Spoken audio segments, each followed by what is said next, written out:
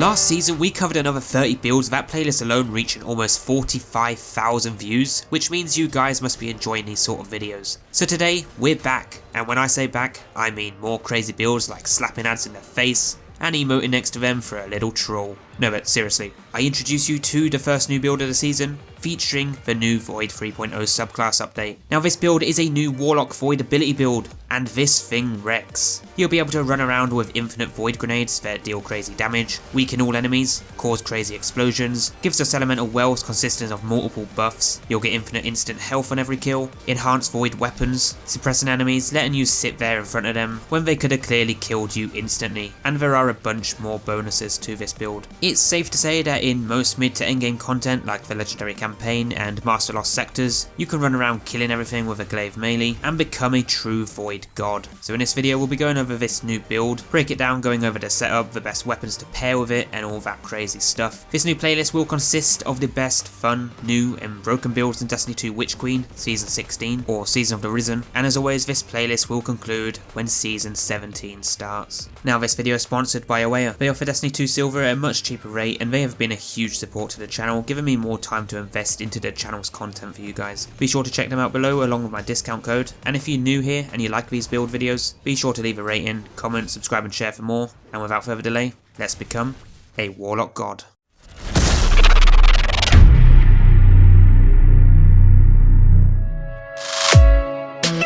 So today we have a crazy new OP Warlock build that lets you obliterate everything in your path using Void grenades. This build is effective for someone who wants to do things like a solo Flawless Legend or Master Lost sector, or you're running hard content solo, or you're even playing endgame content with a fire team. This build will also feature the required champion mods that you'll need when playing against champions, so it doesn't matter what activity you're doing in the game, because this is one of the best builds so far in Season 16. Now this new Warlock build is the first build to our Season 16 playlist, so if you like this one and you want to see more, be sure to check out that playlist link below, or the card on screen, as I will be covering all the best and new builds in Destiny 2 every week here on the channel. So firstly, I want to go over the Glaive Weapon, because this is something that works really well with this build when pairing with Devour, because you really can't die. So if you're not familiar with the Glaive Weapons, how it essentially works is you want to shoot enemies with it to charge your block attack, then you can use the guard to resist incoming damage, which is actually really powerful. Now the reason I recommend using a Void Glaive Weapon with this build is because you're going to be buffing its DPS, and it's really good for ad clearing and suppressing incoming attacks. So the way you would use a Glaive Weapon with this build in harder content is run in, throw a charged Void Grenade at a bunch of ads to trigger Devour upon killing them, take out any ultras that are in the way,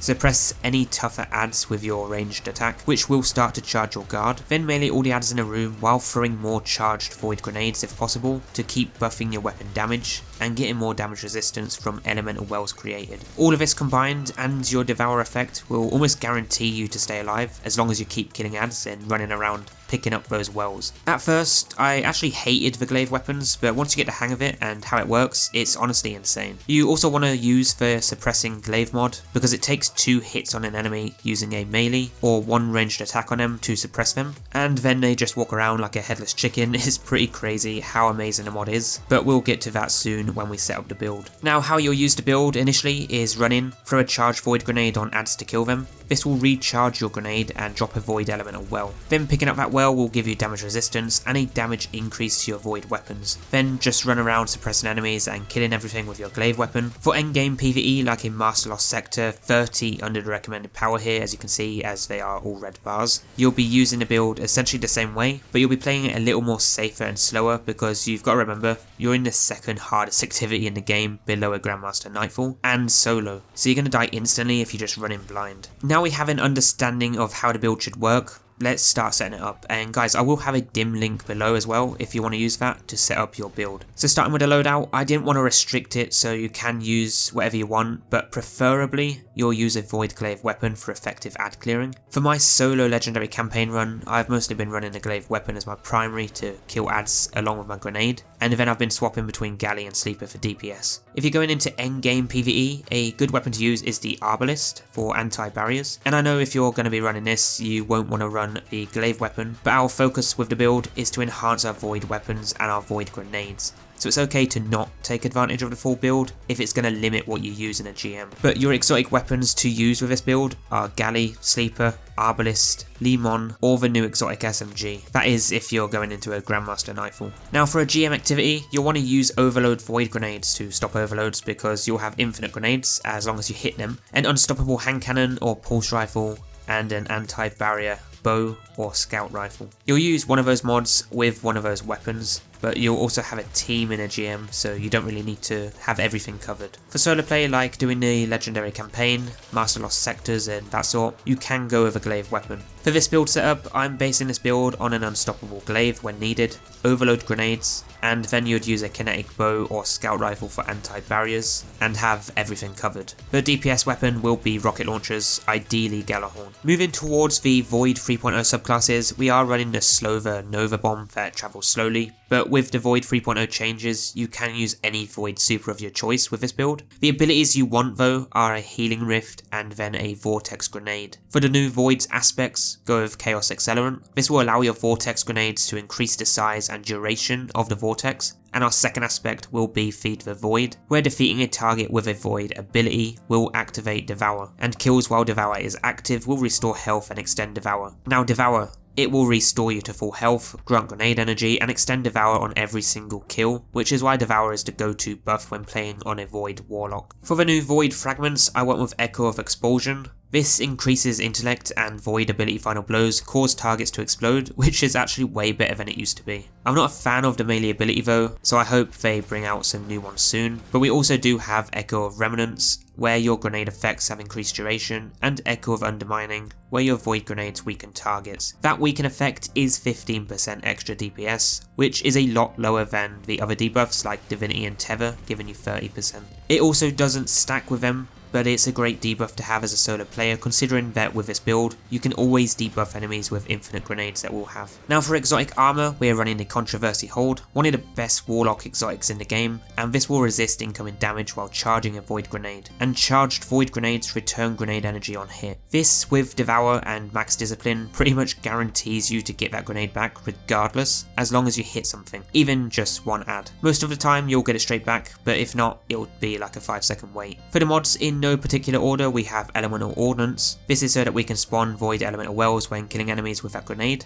and then using Well of Tenacity, we can pick up that well to reduce the damage we take from enemies, which is 10%, and this stacks with other resistant buffs too. Next we have Font of Wisdom, which will give us increased intellect when picking up that well, but you can swap this out as it's not essential to the build, and I'll give you that replacement mod shortly. But the last Elemental Well mod is Font of Might, which is a cheap one this season in the artifact. This will increase your weapon damage for Void Weapons, which would be our Void Glaive, and that DPS increase is 25%, which stacks with other global buffs and debuffs, so it doesn't conflict with the stacking rules, as it is an Elemental Well mod. So you could just jump into a Nerf Titan Bubble, or a Well for extra DPS if you wanted. For your normal mods, starting with a helmet, you want your ammo finders, so for this build setup for me, that would be Rocket Launcher Ammo Finder. Then for the gauntlets, you want Impact Induction and Fastball for our grenades, but they are not required, so you can swap them to your champion mods if you need to. Just remove the stat mod if you got one on to make that change, so that you'll be able to fit all of them in. For the chest though, we have Rocket Launcher Reserves. You can swap this to a Void Resistance or Sniper Resist when playing GMs if you want, to avoid being one-tapped by overload snipers, but you also want to run the new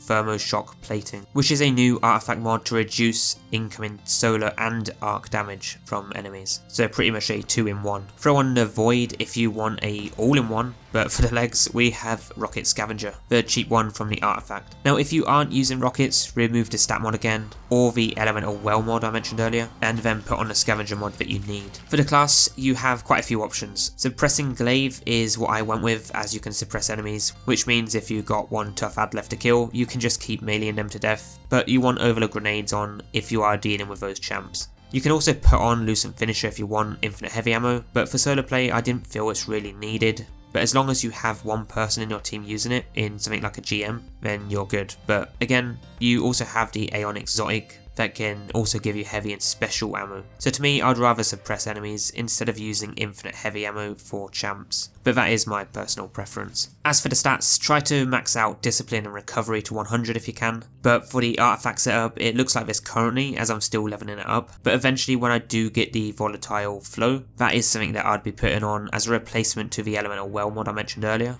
instead of using that Font of Wisdom. Suppressing Mastery is also worth using alongside suppressing Glaive, but only use it if you don't have Overload champs to deal with, so that you can remove that mod. The last mod is Suppressive Darkness. It's actually a shame that you can't use this with suppressing Glaive, but that would kind of be broken. But I wouldn't use a Suppressive Darkness anyway, since we can debuff enemies with our Void Grenade, and both are a 15% debuff, so it'd be better to debuff them with your grenade that actually lasts longer than using a mod that takes up 7 energy slots. Now this build is 100% one of the best Warlock builds to use in any activity in the game, so if you're struggling with things, then this build will be a huge help. Now guys, that is our first new Warlock build of the series. Next you should check out the playlist for more upcoming builds this season, as there has been a lot of new exotics and features introduced with Void 3.0, so be ready for some new top best builds to come in Destiny 2 Witch Queen Season of the Risen. I upload builds every Thursday, Saturday and Sundays, so stay tuned, and guys, thank you all so much for tuning in and supporting the channel. I really do appreciate it, and I'll see you guys tomorrow for the next build, because Titans, you're next.